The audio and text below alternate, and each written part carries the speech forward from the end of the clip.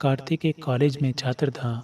उसने एक डीलर के शोरूम में एक सुंदर स्पोर्ट्स कार देखी थी और वो लंबे समय से अपने लिए एक ऐसी ही कार चाहता था। कार्तिक जानता था कि उसके माता पिता इसे खरीदने के लिए सक्षम हैं, इसलिए उसने उन्हें बताया कि उसे ये कार अपने ग्रेजुएशन कंप्लीट होने पर गिफ्ट के रूप में दें। देखते ही देखते वो दिन भी आ गया और पिता ने कार्तिक को अपने ऑफिस में बुलाया। उन्होंने उससे कहा कि मुझे तुम्हारे जैसे अच्छे बेटे पर बहुत गर्व है। उन्होंने उसे बताया कि वह उससे कितना प्यार करते हैं और उसे एक प्यारा रैपर से लिपटा हुआ गिफ्ट दिया। कार्तिक उस छोटे से गिफ्ट के डिब्बे को देख निराशा महसूस करने लगा, लेकिन वह जानने के लिए उत्सुक था कि ऐसा क्या था उस बॉक्स में। इसलिए उसने बॉक्स तुरंत खोला और उसमें एक लाल कपड़े से लिपटी भगवत गीता देखी। आप इतने अमीर हैं और आप मुझे केवल एक गीता दे रहे हैं। काफ़ी गुस्से से कार्तिक अपने पिता पर चिल्लाया और अपनी नाराज़गी और गुस्से के वश में आकर उसने न आओ देखा न ताओ तुरंत घर छोड़ दिया। काफ़ी साल बीत गए। कार्तिक अब एक सफल व्यवसायी बन गया था। वह अपने जीवन में खुश था।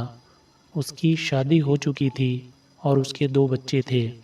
उनका परिवार एक सुंदर घर में रहता था, लेकिन उसके पिता के साथ टूटे रिश्तों के कारण उसकी आत्मा अभी भी आहत थी।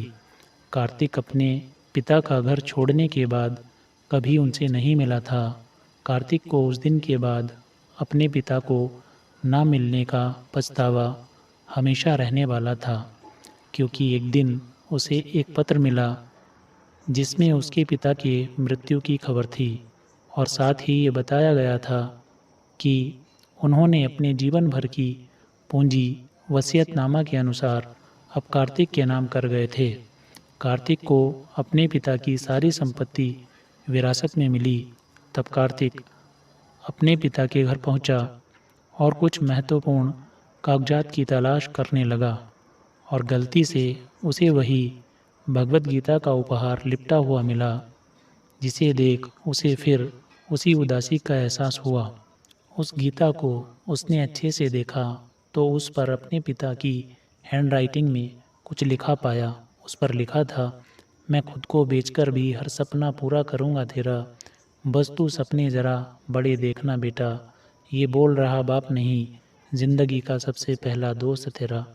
ये कविता पढ़ी ही थी कि अचानक उस किताब से एक चाबी गिरी, जिसके ऊपर लगे टैग पर उसके ग्रेजुएट होने की तारीख के साथ कॉन्ग्रेचुलेशन और आई लव यू लिखा हुआ था।